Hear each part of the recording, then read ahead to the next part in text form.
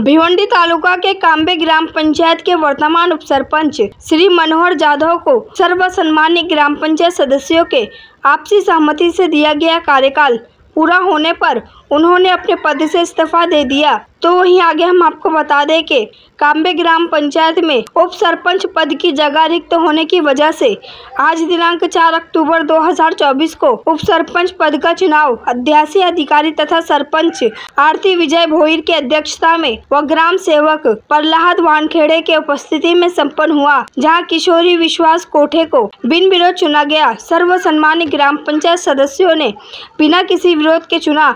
तो ही नवनिर्वाचित उप सरपंच श्रीमती किशोरी विश्वास कोठे को भारी संख्या में मान्यवर स्वागत करने पहुंचे।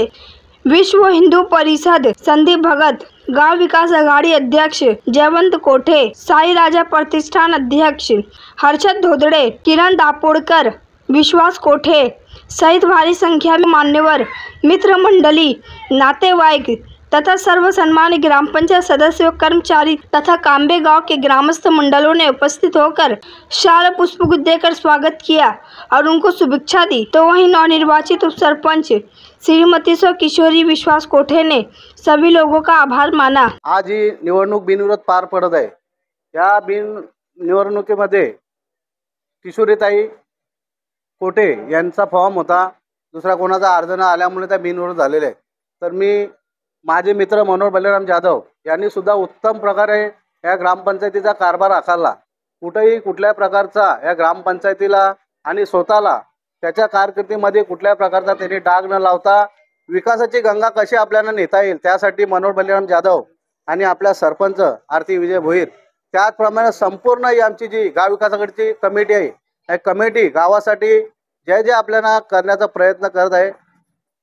आताच बसलेल्या किशोरी काकेला सांगेल, प्रामाणिकपणे काम करत राहा, यश अपयश येत असतो, परंतु जे आपल्या जोडीला जेवढे सन्माननीय सदस्य आहेत त्या सर्व सदस्यांना सरपंच आणि उपसरपंचाची जबाबदारी असतो की त्यांना आपल्या जोडीला घेऊन त्यांच्या वार्डातील जे विकासाची कामं असतील ती पूर्ण वेळेत करावी।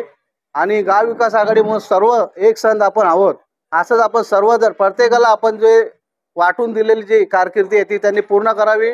गाव विकास आघाडीचा अध्यक्ष म्हणून जयवंत कोठे आणि माझ्या परिवारातील एक आमची काकी आज उपसरपंच होते, त्याचा मला सार्थ असा अभिमान आहे।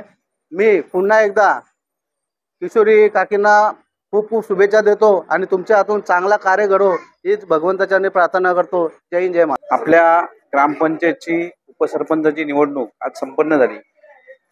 गावाच्या सर्वांगीण विकासासाठी आपण आपल्या प्रथेप्रमाणे म्हणजे ठरल्याप्रमाणे प्रत्येक सदस्याचं नाव हे उपसरपंच पदावरती लागलं पाहिजे या आशेने प्रत्येकाला एक कालावधी आपण एक नेमून दिलेला आहे। त्या कालावधीचं सगळेजण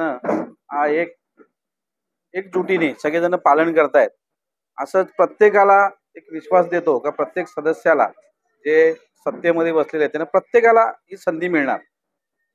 हे करत असताना आपली एक जबाबदारी आहे, सरपंच उपसरपंचाची का गावाच्या सर्वांगीण विकासासाठी जे आवश्यक असेल त्या गोष्टी करण्यासाठी आपण तत्पर राहा आणि गावाला विश्वासात घेऊन आपलं कार्यभार हे चांगल्या प्रकारे आपण करा अशा आज त्यांना शुभेच्छा देतो आणि त्यांच्या हातून चांगलं कार्य या गावासाठी घडेल आणि घडत राहील या त्यांना मी आज त्यांच्याकडनं ते गावाला आश्वस्त करतो का आपल्या विश्वासाला कुठेही तडा न जाता आपली सेवा अविरतपणे घडत राहील। कारण आमचं ब्रीदवाक्यच आहे गाव विकास आघाडीचं का निवडणुका येतील निवडणुका जातील पण आपली माणसं आपली राहतील। आपण सगळेजण त्याच जागेवर राहणार आहोत। निवडणुका येतील, माणसं बदलतील, पण आपले विचार आपली माणसं हे आपण बदल न देता प्रत्येकाला त्याच विश्वासाने आपण बरोबर घेऊन आपण या गावाचा सर्वांगीण विकास करू एवढंच आज आपल्याला आश्वस्त करतो। आज कांबा ग्रामपंचायत येथे किशोरी कोठे मॅडम यांची उपसरपंच निवड झाल्याबद्दल सर्वप्रथम मी माझ्या परिवाराकडनं व माझ्या पक्षातर्फे त्यांना शुभेच्छा देतोय। त्यांनी ज्या पदावरती आहेत ते गावाच्या विकासासाठी सदैव प्रयत्नशील आहेत। गाव विकास आघाडी बोलल्यानंतर गावाच्या सदैव विकासासाठी सतत प्रयत्नशील असतात आणि त्यातलाच एक मेंबर किशोरी कोठे मॅडम यांची आज उपसरपंच पदी निवड झाली आहे। म्हणजे त्यांच्यामध्ये कोणताही डाऊट घेण्याचं कारण नाही की गावाच्या विकासासाठी ते काम करतील की नाही। त्यांचा गाव विकास आघाडी ही गावाच्या विकासासाठीच बनलेली आहे आणि मला पूर्ण त्याची खात्री आहे की गावाच्या विकासासाठीच हे काम करणार आहेत। आणि तसंच माझे दोन शब्द संपून त्यांना पुन्हा एकदा मी शुभेच्छा देतो। आणि त्यांच्या पुढच्या वाटचालीस माझ्या आणि माझ्या परिवाराकडनं खूप साऱ्या शुभेच्छा आहेत.